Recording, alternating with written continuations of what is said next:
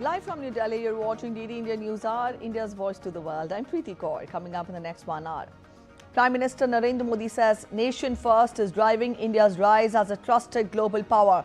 At the Republic Summit, Prime Minister says what it is doing will shape the future for next 1,000 years. 12 Indians among 13 killed in explosion at factory in Ras Laffan industrial city in Qatar. India reaching out to render assistance to all affected families.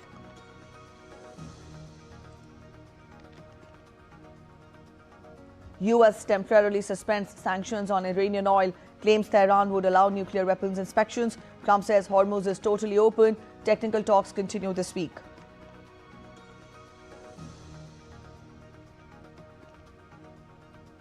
BRICS National Security Advisors meeting continues in New Delhi as NSA Ajit Doval meets counterparts on the sidelines, discusses West Asia and India-China ties. And in FIFA World Cup, Mbappe leads France to win over Iraq, while Argentinian star Lionel Messi becomes all-time leading World Cup scorer. In another match, Egypt registers first World Cup win.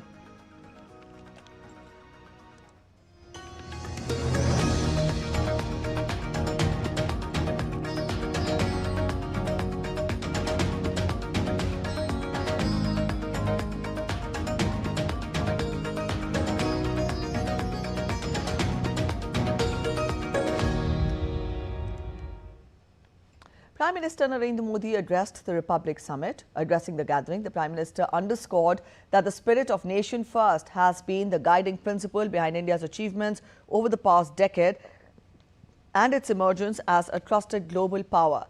He remarked that the decisions and actions being undertaken today are laying the foundation for the country's future over the coming centuries. क्षणिक घटना पर उतावले होने वाले देश नहीं है। हम वो हैं जिसने विकास और विनाश देखा भी है, झेला भी है। हम वो देश हैं जिसके जहन में युगों की मेमोरी चिप लगी हुई है। हम युगों की मेमोरी चिप वाले नेशन है और इसलिए भारत जो कर रहा है, और ये मैं बहुत जिम्मेवारी के साथ कह रहा हूं, भारत जो कर रहा है वो आने वाले 1000 वर्ष का फ्यूचर लिखने वाला है। Prime Minister Modi also said issues like Maoist terrorism cannot be seen merely as headlines or television debates, adding that overcoming such challenges requires sustained effort. आपके लिए वन लाइन न्यूज होगा या टीवी पे आधे घंटे डिबेट होगी कि माओवादी आतंकवाद खत्म हो गया। चीजें ऐसे नहीं होती हैं, उसके लिए खपना पड़ता है। 12 Indians were among 13 people killed in an explosion at a factory in the Ras Laffan industrial city in Qatar. The explosion at the Barzan local gas supply facility at Ras Laffan industrial city, which is operated by Qatar Energy LNG, injured 66 people, including Indians. All injured are in stable condition and are receiving proper medical treatment.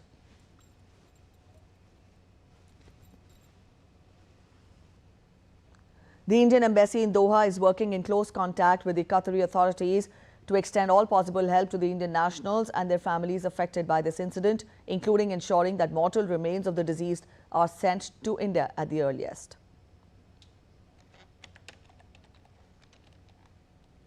India's External Affairs Minister Dr. S. Jaishankar, in a social media post on X, expressed deep sadness by the loss of lives and injuries, including of Indian nationals, in the explosion at Qatar's Ras Laffan industrial city.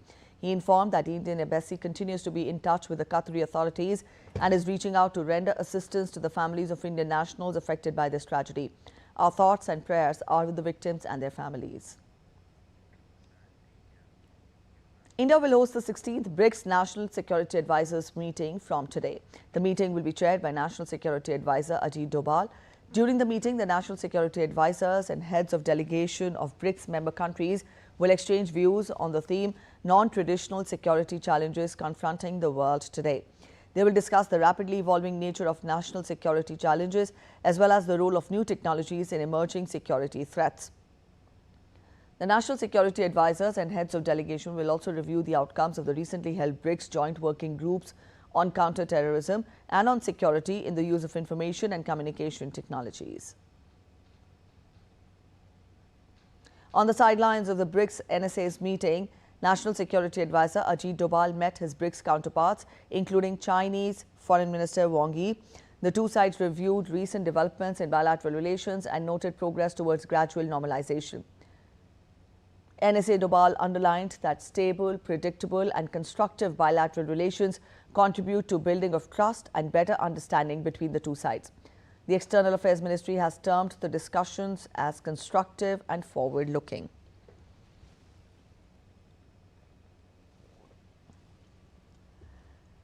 NSA Doval also met Secretary of Multilateral and Political Affairs of Brazil, Carlos Cozende. Both sides welcomed the cooperation between India and Brazil under the BRICS framework and reviewed India-Brazil bilateral relations. He also met Minister in the Presidency of South Africa, Khumbudzo Ntshavheni, on the sidelines of the 16th BRICS NSA's meeting. Both sides discussed India-South Africa bilateral ties, including exploring specific areas of developmental cooperation between the two countries. Both NSAs also exchanged views on ongoing regional and global developments. National Security Advisor Ajit Doval also met his Ethiopian counterpart, Million Lema Tadize, too. Both sides explored areas of cooperation to enhance and deepen the India-Ethiopia strategic partnership. He also met Deputy Secretary for Defense Affairs of Iran's Supreme National Security Council, Ghadir Nizamipur. Both the sides reviewed the ongoing situation in West Asia. They also discussed cooperation under the BRICS platform and India-Iran bilateral ties. External Affairs Minister Dr. S. Jaishankar on Monday held a series of high-level interactions aimed at further expanding bilateral cooperation between India and Mongolia during the ongoing official visit. He met Speaker of the State, Great Khural Sandak Byambatsogi in Ulaanbaatar and welcomed his support for India-Mongolia parliamentary exchanges and friendship. Jaishankar reiterated his support to deepening people-centric development partnership. Jaishankar also had a warm interaction with Minister of Education L. Enk Amgalan and former President N. Enk Bayar of Mongolia on Monday afternoon. The minister said that he values his support for deepening our strategic partnership. Jaishankar also met the chief of board of the Ganden Monastery of Mongolia. He said that his blessings for deepening cultural ties and people-to-people goodwill between India and Mongolia are deeply cherished. Dr. S. Jaishankar earlier called on Mongolian President Khurelsukh Ukhna and conveyed greetings from President Draupadi Murmu and Prime Minister Narendra Modi. Minister Jaishankar said that President Khurelsukh's visit to India last year had imparted strong momentum to the India-Mongolia strategic partnership. He also noted that he valued the Mongolian president's guidance in advancing cooperation across diverse sectors, adding that both sides agree on the importance of spiritual friendship as the foundation of India-Mongolia ties. Earlier, External Affairs Minister also met his Mongolian counterpart, Betsetseg Batmunk, and reviewed progress in bilateral cooperation in developmental projects, capacity building, security and multilateral fora. The two leaders also discussed opportunities in mining, clean energy and agri-processing. We reviewed the entire gamut of our bilateral cooperation, including the development partnership, of which the oil refinery is the most important project. There is also an ICT center and a school and a number of quick impact projects. We spoke about capacity building, technology, economic and trade cooperation, supply chain cooperation, education, culture, defense, security and energy. We had an exchange of views on more ideas, new opportunities, and preparing an agenda for the next level of our strategic partnership. From Mongolia, Dr. S. Jaishankar will travel to the Republic of Korea on Wednesday for the final leg of his two-day visit. U.S. President Donald Trump praised U.S.-Venezuelan relations on Monday, saying that both countries are benefiting from Venezuelan oil. Speaking at the White House, Trump described the partnership as highly successful, noting that large volumes of oil are being shipped to U.S. destinations, including Houston and Louisiana. He also said Venezuela's economy is performing better than it has in the last years. Venezuela's oil export revenue rose 21.5% year-on-year to $5.49 billion in the first quarter. The recovery has been driven by higher crude production, increased exports to the U.S. and Europe, eased U.S. sanctions, and expanded energy investments following the removal of Nicolas Maduro in January. Venezuela, by the way, has been amazing. We are really having a great relationship with that country, taking out tremendous amounts of oil, far, far more than that particular war cost, many, many times. Sending it to Houston, sending it to Louisiana, sending it to lots of places. And Venezuela is also doing well. Venezuela is doing better than it's done in maybe ever. So it's been an amazing situation. U.S. President Donald Trump congratulated Abelardo de la Espriella on his victory in Colombia's presidential election and said that he looks forward to strengthening ties between the two countries. De la Espriella, a nationalist lawyer and naturalized U.S. citizen who previously lived in Miami, secured a narrow win after campaigning on promises to boost the economy, combat crime, and target drug trafficking. Backed by Trump ahead of the runoff, he has also pledged to support regional security initiatives, reduce business regulations, lower taxes, and revive energy projects suspended under President Gustavo Petro. Trump said the president-elect thanked him for his support during a phone call and expressed confidence that bilateral relations would improve under the new administration. He called me last night and he thanked me for the endorsement. He won the election. He wasn't anticipated to win, but he won, and he won handily. It's just an honor. He was just a good man. I'd watch him a little bit speak. And he always spoke. He won an election in Colombia that, I don't know, some people were surprised because he was a little bit further down the pack, but he won easily last night. He's going to be a great president. U.S. President Donald Trump said vandals had damaged the recently renovated Lincoln Memorial reflecting pool and claimed a 290 to 300-foot cut had been made in its protective lining, likely requiring the water to be drained for repairs. He added that 5 people had been arrested and several others were under investigation. In a social media post, Trump warned that anyone caught vandalizing the landmark could face a lengthy prison sentence. The remarks came as officials prepared to pursue charges and address new problems at the $14.7 million refurbished site, including algae growth and peeling paint. Authorities have approved draining the pool again, while the contractor has pledged to fix the defects under warranty. We have I think 290, 300-foot slit right through it, probably a box cutter or a knife of some kind. We had people lifting up the basic, it's not a lot of damage, but we'll probably have to let the water out and refix it.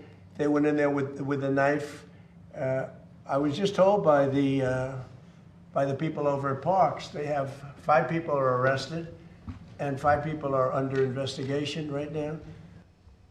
Hundreds of demonstrators gathered in Tirana on Monday despite intense heat to voice opposition to the government and a proposed luxury coastal resort project. Protesters marched through the Albanian capital demanding broad political reforms and the resignation of the government. Protests broke out initially over a planned luxury resort linked to Jared Kushner, the son-in-law of U.S. President Donald Trump, but has since evolved into a wider protest movement targeting what participants call deep-rooted systemic problems. Although attendance was lower than the weekend rallies that drew thousands, several hundred people still joined the latest demonstration, marking the 4th consecutive week of nightly protests across the Balkan nation.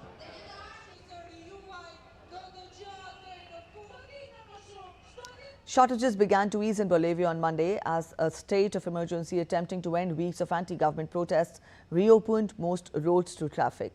Long lines of vehicles queued on Monday at gas stations in La Paz and El Alto on the third day of a state emergency, following weeks of supply disruptions. Although some service stations slowly resumed fuel distribution after conducting quality inspections on each arriving tanker, many residents continue to wait in long queues or sleep in their vehicles. US-backed Conservative President Rodrigo Paz declared a state of emergency on Saturday, which authorizes him to deploy the army and curb certain civil liberties, including the right to protest. The common protest tactic had caused severe food, medical and fuel shortages in several cities.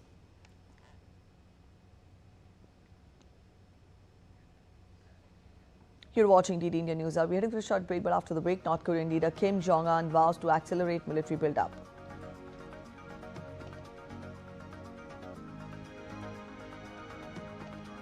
In Canada, a midday shooting in Montreal killed 3 people on Monday, including a police officer, a civilian and the alleged gunman.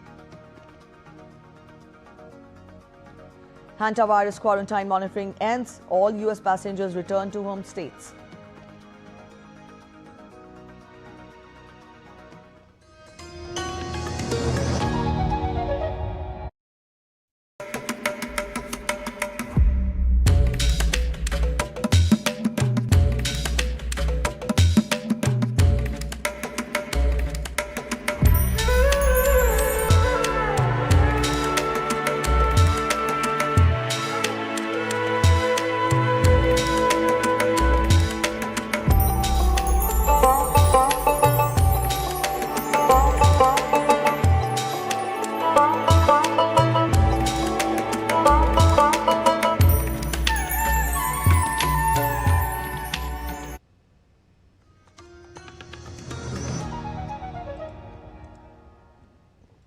Welcome back after the break. You're watching DD India NewsHour. The United States and Iran have achieved a major diplomatic breakthrough in Switzerland, establishing a 60-day roadmap towards a final peace deal. Both the nations have agreed to a series of mutual concessions to de-escalate tensions in West Asia. Vice President J.D. Vance described the talks as having laid a very good foundation, adding that the teams had discussed the reopening of the Strait of Hormuz and deconfliction for the regional ceasefire. Vance also said that Tehran had agreed to invite IAEA inspectors back to their country, calling it a major milestone and the first step in permanently denuclearizing Iran. Vance said Iranian assets had not yet been unfrozen as part of the deal. We're working with our allies, from the Israelis to the Gulf Arabs, to make sure that sticks, and we feel very, very good about where that is. We have the Iranians allowing weapons inspectors, nuclear inspectors into their country for the first time in a long time. We're obviously going to bolster that inspection regime to make sure they can never have a nuclear weapon. And finally, we continue to make progress on these technical negotiations. We actually asked the Qataris to help us set up the mechanism so that we can ensure that the money goes where we want it to go. That money is not going to be unfrozen unless we continue to see progress. So that'll obviously be a big part of the negotiation in the days to come. However, Iranian state media and negotiators have given mixed signals, emphasizing a policy of commitment for commitment. Iranian Foreign Ministry spokesman Ismail Baghei listed the topics discussed as the establishment of a multi-party mechanism to end hostilities in Lebanon, Iran's oil and petrochemical exports, and the release of Iran's frozen assets. In response to the outcomes, Iranian President Masoud Pezeshkian said on Monday that Iran has engaged in the negotiations with dignity and confidence without offering any concessions.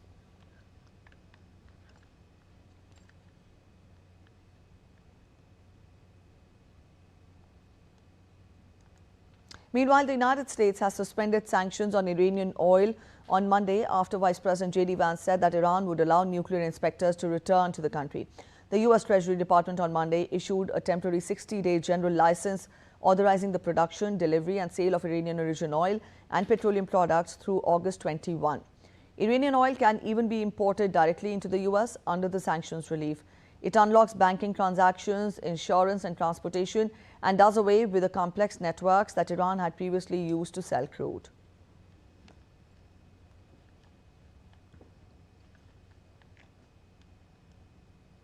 Also, U.S. President Donald Trump warned Iran that he would do what he has to do if Tehran fails to honor its agreement with Washington.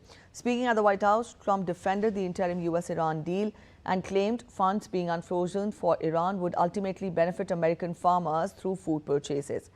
His remarks came after Iranian officials pushed back on claims that Tehran is obligated to buy agricultural products exclusively from the United States. What I'm going to do, but it gets solved. I'm a problem solver. I get problems solved real fast, including with Bibi. As long as they respect us. I don't want to use the word fear, because that's an inappropriate word. But as long as they respect us, we're not going to have any trouble. We have total control of the strait. So the mechanism is... You know, we have a Navy that had a blockade. I think the blockade was more impactful than dropping bombs, if you want to know the truth. It was like I said, they call it the steel wall. Nobody got through. Not one ship got through, able to go to Iran. On his part, Oman's foreign minister said in a statement posted on X that he reaffirmed a commitment to international law and toll-free safe passage to the Strait of Hormuz in talks with Iranian negotiators. Foreign Minister Badr al-Buzaidi said that he had welcomed Iran's chief negotiator Mohammad Bakr Kalibaf and Foreign Minister Abbas Araghchi in Muscat, and added that Iran-US talks which had taken place were constructive.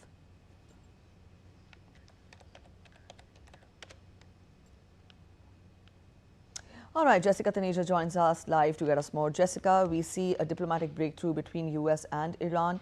US says that Iran has allowed the IAEA inspectors to return to the country. At the same time, US has lifted sanctions on Iran for the trade of oil. Put all this together, how long-lasting could be the 60-day truce or the temporary ceasefire agreement between US and Iran? Well, we'll have to wait and see on how these different working groups are able to achieve the objectives that have been laid out.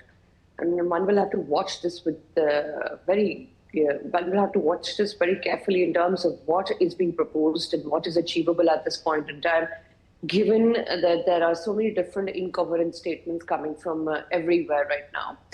But what the Vice President of the United States, J.D. Vance, meant when it comes to the International Atomic Energy Agency inspections, he was referring to what it was initially, the status quo was before the military sites were targeted by the Israelis and the Americans in June last year, wherein the status quo remained where the IAEA were able to inspect few sites but not given full access to, what all is exactly in place when it comes to the enriched uranium and, of course, the other centrifuges and the nuclear weapons program or other programs that are related to nuclear energy. So all of that has been taken into consideration with this. And this was the point of contention from the very beginning, one of the main objectives of the Americans before those military strikes were launched on February 28th.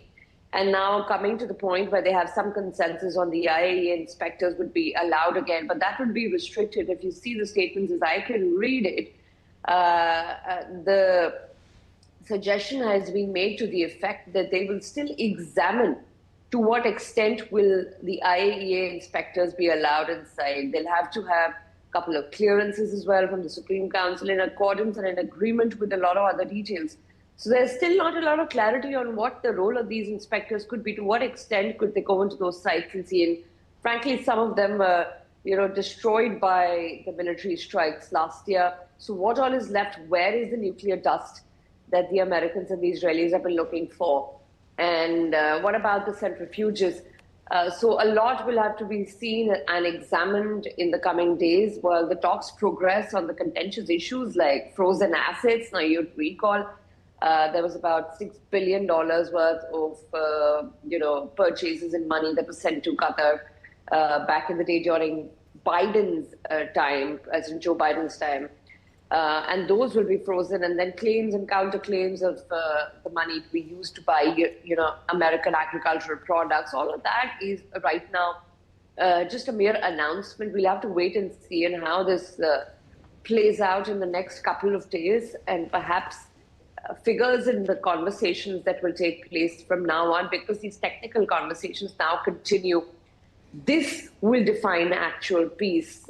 Whatever the outcomes of those technical talks is, these different groups that will discuss different issues related to sanctions, related to IAEA inspections, related to uranium enrichment, and of course, oil export as well. Reopening of the Strait of Hormuz. Now, if you recall, the President of the United States said when this peace deal or this memorandum of understanding was signed in Versailles last week, he said that the Strait of Hormuz is open to traffic. But if you believe actual reports, only 20 ships have been able to cross on a normal day of traffic. February 28th, traffic was about 130 ships. So there's still a lot to sort of sit down and discuss in terms of how to prevent choking global oil supply. All right, Jessica, we'll leave it here. Thank you so much for joining in with those updates. And US President Donald Trump on Monday reacted to the resignation of British Prime Minister Keir Starmer, saying that the UK leader had really hurt himself very badly with his policies on energy and immigration. Speaking at the Oval Office, Trump also pointed to immigration and crime as key political vulnerabilities for Starmer, calling them two major problems that had undermined his leadership. He criticized the UK for importing energy from Norway despite what he described as its stronger share of North Sea resources. And I mean, sort of a friend of mine. I mean, he was not good to us with NATO, Pete, right? He said, we can't use the island to land. That was the first. For a couple of weeks, he said, well, but ultimately I gave it to you. Now, that was a bad move. That hurt him badly. But I mean, I wish him well, but he's got two problems: energy and immigration and crime. But energy and immigration. You know, he's really hurt himself very, very badly. However, European leaders have issued warm and supportive farewell messages to UK Prime Minister Keir Starmer following his sudden resignation. European Commission President Ursula von der Leyen released a highly complimentary statement on X, noting, I quote, "It can take many leaders years to grow into the statesman you became in just 2 years." French President Emmanuel Macron thanked Starmer for his pivotal role in strengthening the Franco-British relationship. He specifically highlighted their joint accomplishments during last July's Franco-British summit. Ukrainian President Volodymyr Zelensky extended deep gratitude to Starmer for always being in touch, always engaged, and always striving to do what is needed. He concluded by assuring Starmer that he will always remain a welcome guest in Ukraine. The man who appears destined to be Britain's next Labour Prime Minister, former Greater Manchester Mayor Andy Burnham, has confirmed that he will run to succeed Keir Starmer as Labour leader and British Prime Minister. He received a hero's welcome in Parliament on Monday and posted on social media that he will put myself forward as part of this process.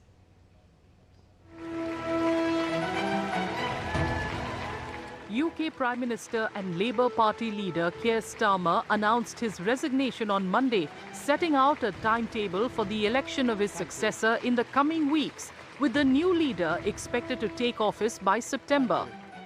Andy Burnham, who returned to the House of Commons on Monday after winning a key by-election last week, is widely seen as the frontrunner to replace Starmer at 10 Downing Street. In a post on social media, Burnham confirmed his intention to enter the contest, saying, "I will put myself forward as part of this process." Just 2 years after Labour's landslide election victory, Starmer's popularity had slipped amid economic pressures and growing voter frustration, ultimately leading to his resignation.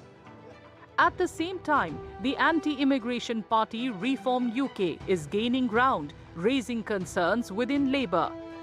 Now, Burnham's return to Parliament has thrust him back into the national spotlight. He won the Makerfield by-election on June 18th, securing a commanding majority and immediately positioning himself as a potential challenger to Starmer. The 56-year-old is one of Labour's best-known politicians.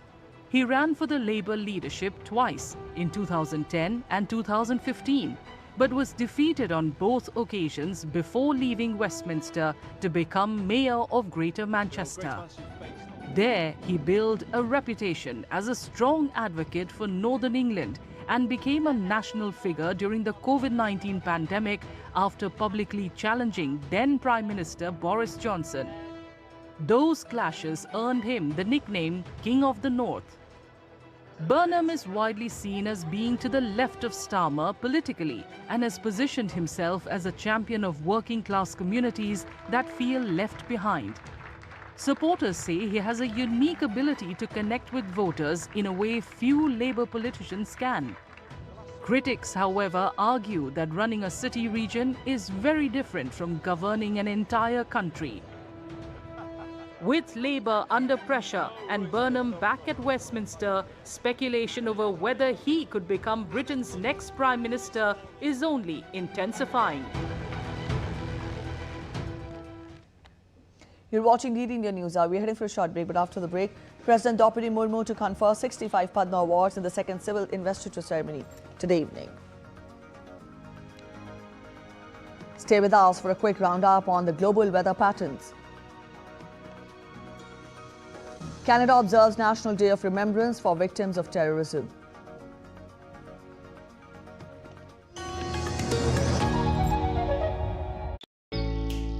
Jharkhand will mesmerize you with majestic nature, rich heritage and colorful culture. Hello. Johar. It fits perfectly. Thank you. Full workout हो गया. Ready?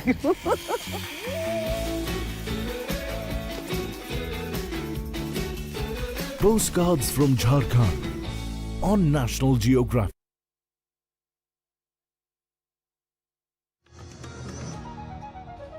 Welcome back after the break. You're watching DD India NewsHour. In the latest update in Russia-Ukraine conflict, 6 people were wounded in Russian airstrikes across Ukraine, local authorities said, as the Ukrainian capital issued an air raid alert in the early hours of Tuesday and urged residents to seek shelter. In a social media post, Governor Ivan Fedorov said that 2 people sought medical help after Russian forces struck the southeastern region of Zaporizhia, while in another drone attack on Ukraine's second largest city of Kharkiv left 1 woman wounded. Earlier, Ukrainian President Volodymyr Zelensky warned that Russia was preparing a massive attack as he seeks support from the Western allies for a peace deal, while also pushing for Ukraine's fast-track admission to the European Union. Meanwhile, a Ukrainian missile strike on the Russian city of Voronezh killed 5 people and injured several dozen others on Monday, according to Regional Governor Alexander Gusev. Gusev said an industrial site located on the left bank of Voronezh River suffered the most significant damage in the attack. Ukraine's military said it had targeted a facility in the Voronezh region involved in the production of electronic components used in missiles. According to the military, the strike was aimed at disrupting Russia's defense manufacturing capabilities.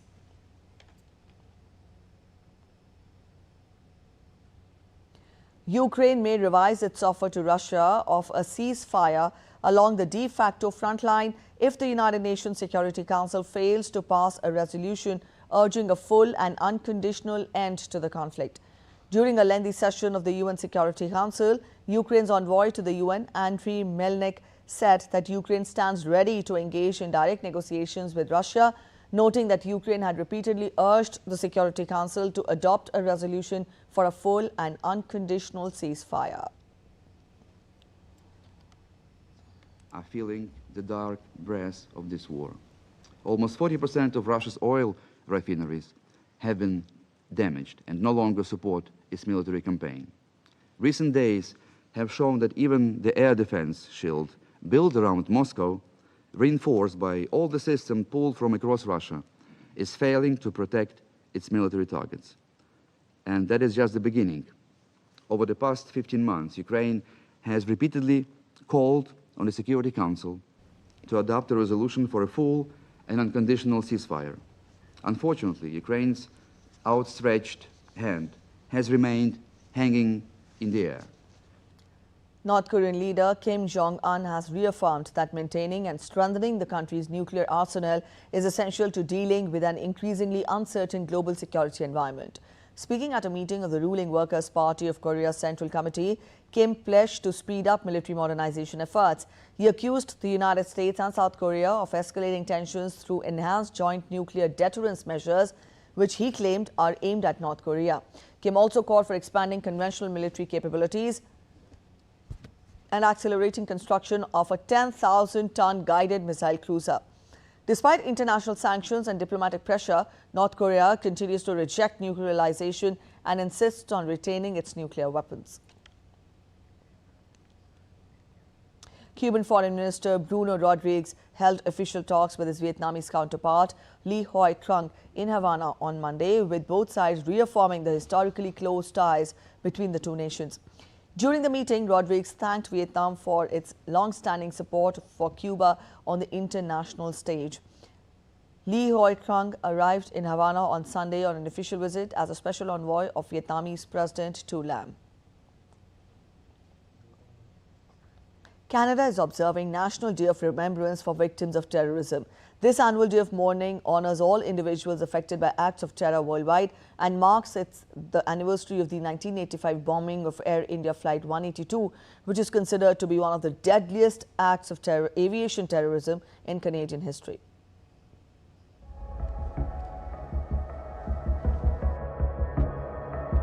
On this day, 41 years ago, an Air India Flight 182 Boeing 747 en route from Toronto to London and onwards to India disintegrated mid-air at 31,000 feet off the coast of Ireland.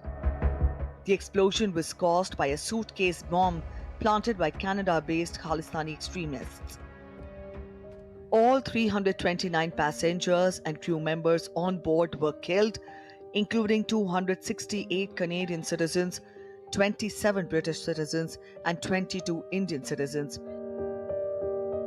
Less than an hour prior, a second suitcase bomb linked to the same plot detonated at Tokyo's Narita airport, killing 2 baggage handlers. In 2005, Canadian government officially proclaimed June 23rd as the National Day of Remembrance for Victims of Terrorism to honor those lost to acts of terror worldwide. Memorial services are held annually at monuments dedicated to the victims. Today serves as a solemn reminder of the devastating impact of violent extremism and the enduring grief of the families left behind. In remembering the victims of Air India Flight 182 and all acts of terrorism, the world is reaffirming its collective commitment to peace, solidarity, and the protection of innocent human lives against hatred. Bureau Report, TD India. Over 1,000 Ebola infections have been recorded in the Democratic Republic of Congo, where the latest outbreak has killed more than 250 people, officials' figures showed on Monday. The country's National Institute of Public Health, that is INSP, confirmed 1,003 cases and 254 deaths, with a fatality rate of 25%. The latest outbreak of the deadly hemorrhagic fever was declared on May 15th. Almost all cases are in Ituri province in the northeast of Congo, a conflict-weary region plagued by armed groups. In total, 3 provinces have been affected: Ituri, neighboring North Kivu, and South Kivu, home to around 15 million people.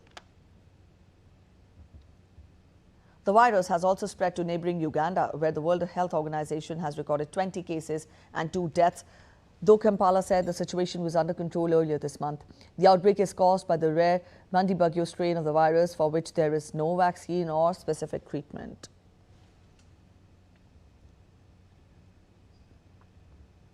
The United States has completed a 42-day quarantine for the last passengers of the MV Honduras cruise ship. All 18 U.S. resident passengers from the hantavirus-hit MV Honduras cruise ship have returned to their home states after completing monitoring at its National Quarantine Unit. The University of Nebraska Medical Center said in a statement 16 of those passengers arrived on May 11th following their trip on the cruise ship associated with a hantavirus outbreak. 2 more former passengers arrived at the National Quarantine Unit on May 15th. The hantavirus outbreak was recorded last month on board the MV Honduras vessel near the Canary Islands. At the UN high-level meeting on HIV/AIDS, India reaffirmed its commitment to ending AIDS as a public health threat by 2030, backing the draft political declaration and its call for accelerated global action.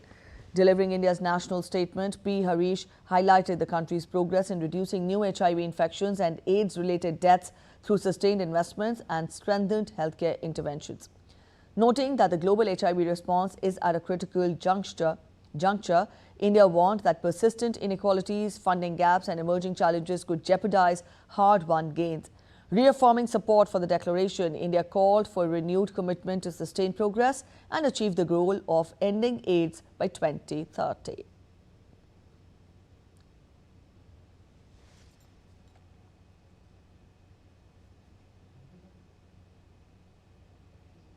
In the draft political declaration and welcomes the efforts undertaken to forge consensus on a forward-looking and action-oriented outcome.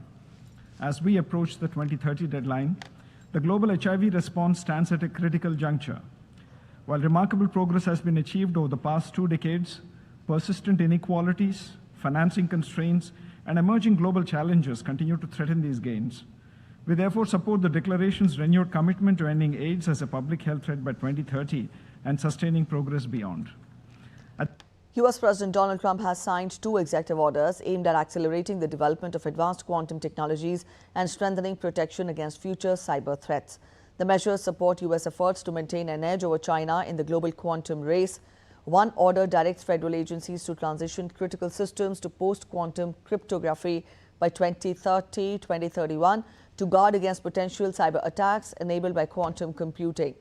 The initiative also promotes deployment of quantum sensors by 2028, enhances international cooperation on supply chain and intellectual property security, and requires agencies to prepare plans for quantum-enabled networks and sensing technologies over the next 5 years. White House officials said they believe a powerful research-focused quantum computer could be achieved by 2028. Let's get to global weather updates now. A severe heat wave has gripped Europe, with temperatures nearing 40 degrees Celsius across several countries as the region faces an increasingly early and prolonged pattern of extreme heat. Spain sweltered on Monday as a heat wave pushed temperatures above 40 degrees Celsius across much of the country, with highs reaching 42 degrees Celsius in south of Spain. A rare red alert was also issued in the Basque Country, where San Sebastian was expected to reach around 40 degrees Celsius. In Madrid, the temperatures reached around 45 degrees Celsius, making conditions very hard for outdoor workers. Madrid City Hall has opened climate shelters to help homeless people cope with extreme heat, especially those on the streets. Madrid has been experiencing its first heat wave of the summer since Sunday, with temperatures exceeding 40 degrees Celsius. France has extended heatwave warnings, with more regions now under the highest alert. Many schools have closed or changed schedules because of the extreme heat. Temperatures are expected to reach about 42 degrees Celsius in Bordeaux and around 38 degrees Celsius in Paris. In Canada, migratory birds are increasingly being affected by severe heat wave and changing climate patterns. Rising temperatures are affecting bird breeding and migration patterns. In several areas, extreme heat is making it harder for birds to keep nests safe and cool. And back home, the Indian Met Department has warned of widespread weather extremes across India, including heavy rainfall, thunderstorms, heat wave conditions, and squally winds over land and sea regions. Widespread thunderstorms with lightning and gusty winds are expected across several regions, including Haryana and Punjab, with isolated thunderstorm activity likely over Delhi NCR. Heavy to very heavy rain is likely in parts of Assam, Meghalaya and sub-Himalayan West Bengal and Sikkim, while states including Odisha, Bihar, Telangana and parts of the northeast and western India may also receive heavy showers. Heat wave to severe heat wave conditions are likely in parts of Vidarbha, East Madhya Pradesh and East Uttar Pradesh, while warm night conditions may persist in Vidarbha. Squally winds are expected over the Arabian Sea and Bay of Bengal, affecting coastal regions with strong winds and rough sea conditions. Authorities have advised caution as multiple weather systems may impact daily life, transport and coastal activities.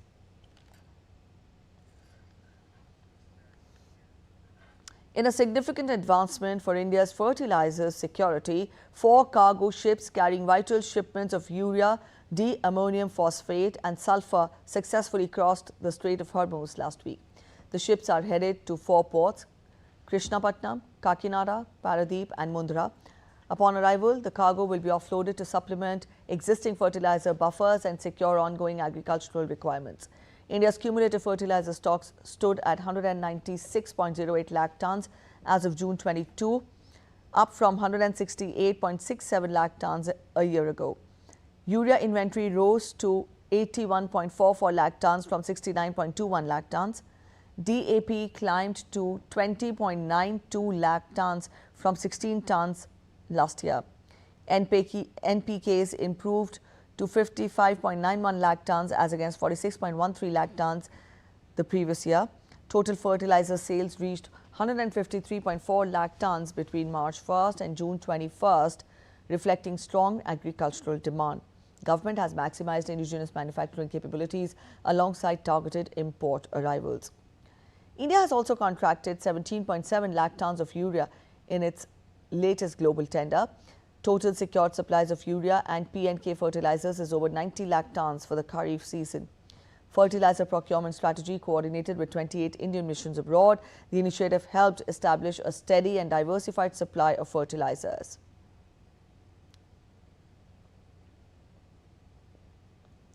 Also, the government is coordinating with all stakeholders to ensure uninterrupted fertilizer supply across the country.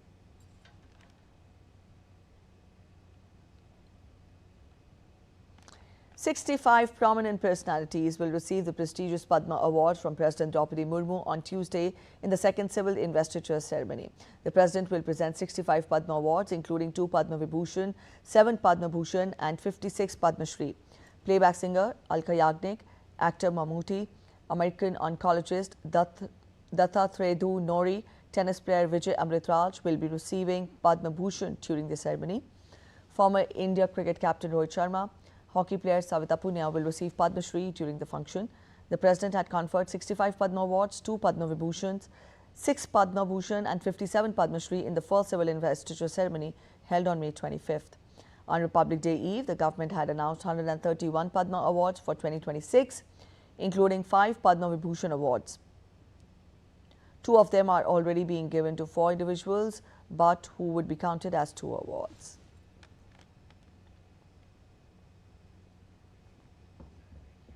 Prime Minister Narendra Modi remembered Dr. Shyama Prasad Mukherjee on his death anniversary. In a social media post on X, Prime Minister wrote and echoed him, "On his Balidan Divas, I pay homage to Dr. Shyama Prasad Mukherjee, a distinguished patriot, scholar and statesman who dedicated his life to India's development. His unwavering conviction, courage in public life and commitment to national interest continue to inspire generations. Dr. Mukherjee's sacrifice remains etched in our collective memory. We reaffirm our commitment to building a strong and developed India, guided by the values he cherished and served till his last breath."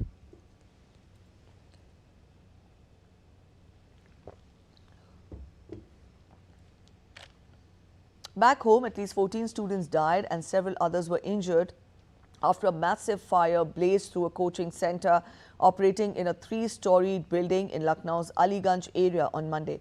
The blaze reportedly erupted inside the institute building and spread rapidly, trapping people inside. It was a shopping complex with coaching, game zone and showrooms in it. Uttar Pradesh Chief Minister Yogi Adityanath visited Lucknow building fire site, hospital and interacted with the victims. He also ordered a high-level probe into the fire incident.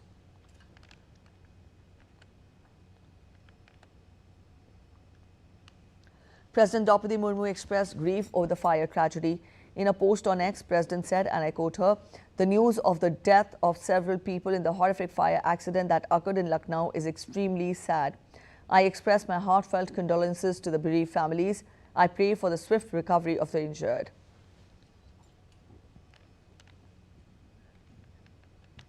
Also, Prime Minister Narendra Modi expressed anguish over the loss of lives in the tragedy. In a post on X, Prime Minister said, and I quote him, "Anguished by the loss of lives in a fire mishap in Lucknow. My condolences to the bereaved families. May the injured recover at the earliest. Rescue operations are underway and authorities are providing all possible assistance. An ex gratia of ₹2 lakh from Prime Minister National Relief Fund would be given to the next of the kin of each deceased. The injured would be given ₹50,000. India's Sports Minister Dr. Mansukh Mandavia is on a visit to the southern Indian state of Kerala, where he is participating in a series of events promoting fitness, sports excellence and mass participation in sports.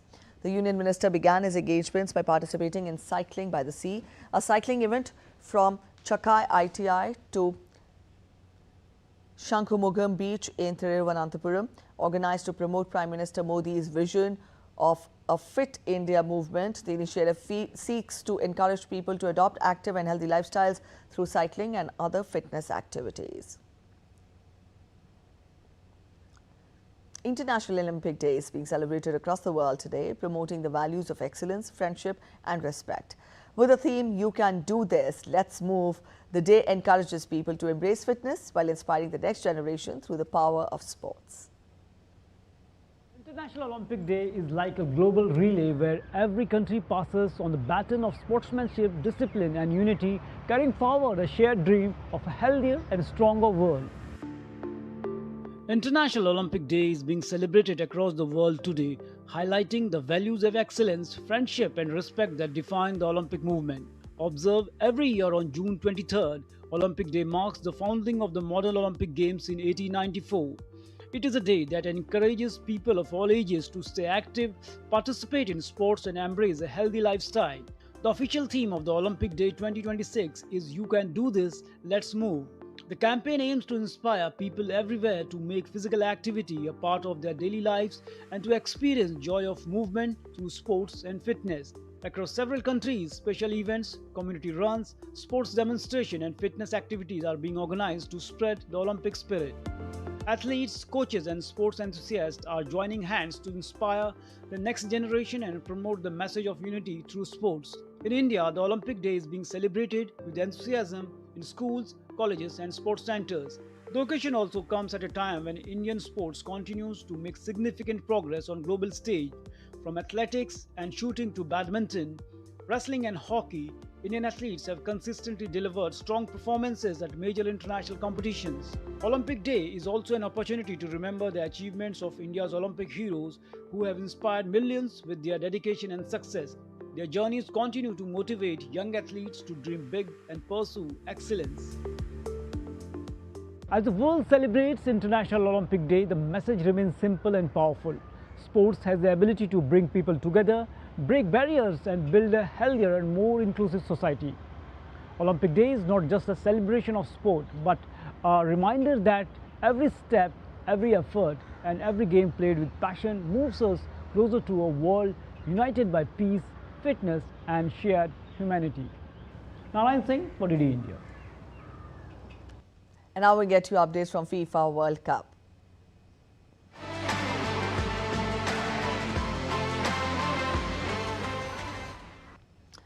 In a World Cup match that was delayed for over 2 hours because of thunder and lightning in the Philadelphia area, it was France star Kylian Mbappe who made it rain while the game was being played. The result has France, who could return to Philadelphia to play Germany on July 4th, with 6 points from 2 games after beating Senegal 3-1 in their opener.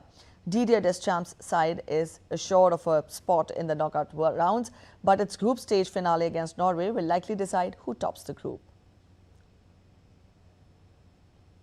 In another match, Egypt beat New Zealand 3-1 to claim the nation's first ever World Cup win. Egypt were a goal down at halftime but turned the match on its head in the second half, with Mohamed Saleh contributing a goal and an assist. Having drawn with Belgium in their opening game, Egypt are top of Group G and would seal first place with a draw against Iran on Friday. Even a defeat would still most likely see Egypt make it to the knockout stages for the first time at the World Cup. Lionel Messi became the all-time leading goal scorer at the World Cup as Argentina beat Austria 2-0 in Dallas, confirming his side's place in the knockouts. After an unfathomable missed penalty early on, Messi lashed onto a Thiago Almada cutback to make tournament history with his first-time finish after half an hour. Ralf Rangnick's men struggled for quality in the second half before a stoppage time break saw Messi have an effort blocked before he lucked home his 18th in the tournament history.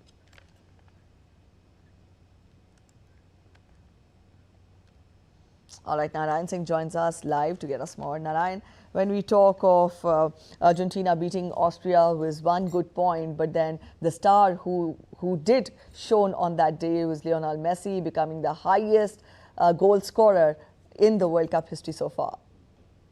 Well, definitely, Priti. Lionel Messi, we can say the magician of football, wizard.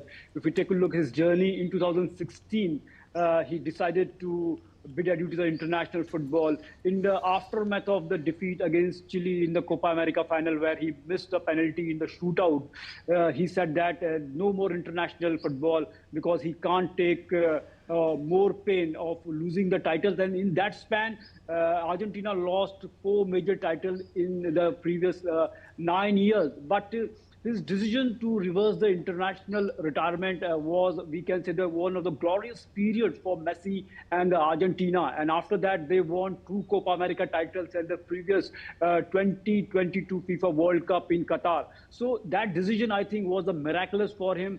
And 10 years later, before turning 2 days earlier, he will turn, before turning 39 on Wednesday, he's scoring 2 goals for the Argentina and becoming the highest goal scorer in the World Cup history. We can say that a magical story, a fairy tale story for the Messi. And especially when we are saying that they are the defending champions, they are trying to defend that coveted title. And Messi is performing. It's a big thing. And we can say that definitely it will be written in the annals of the footballing history. And he is making multiple records in every match. If we take a look, he became the only 3rd player to score in the 6 successive World Cup matches. And 18 goals, you can imagine breaking the record of Miroslav Klose.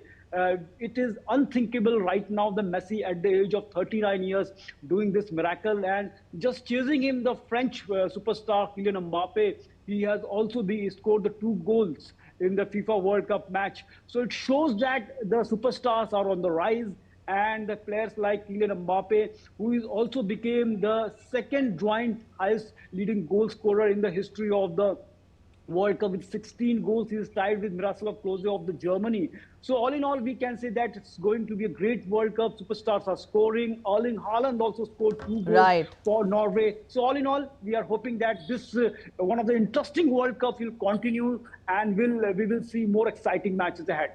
And more surprises as well. Thank you so much, Narayan, for joining us. All right, with that, we end this edition of DD India News Hour. But let us know your thoughts on the news of the day. For those of you on the go, you can get all the latest news and updates from India and across the world on the DD India mobile app. Now, this app is available on both Android and iOS platforms, and you can download the respective QR codes. We'll be back with more news as it breaks here on DD India. I'm Preeti Kaur signing off, and from all of us here in Delhi, thanks for watching DD India News Hour.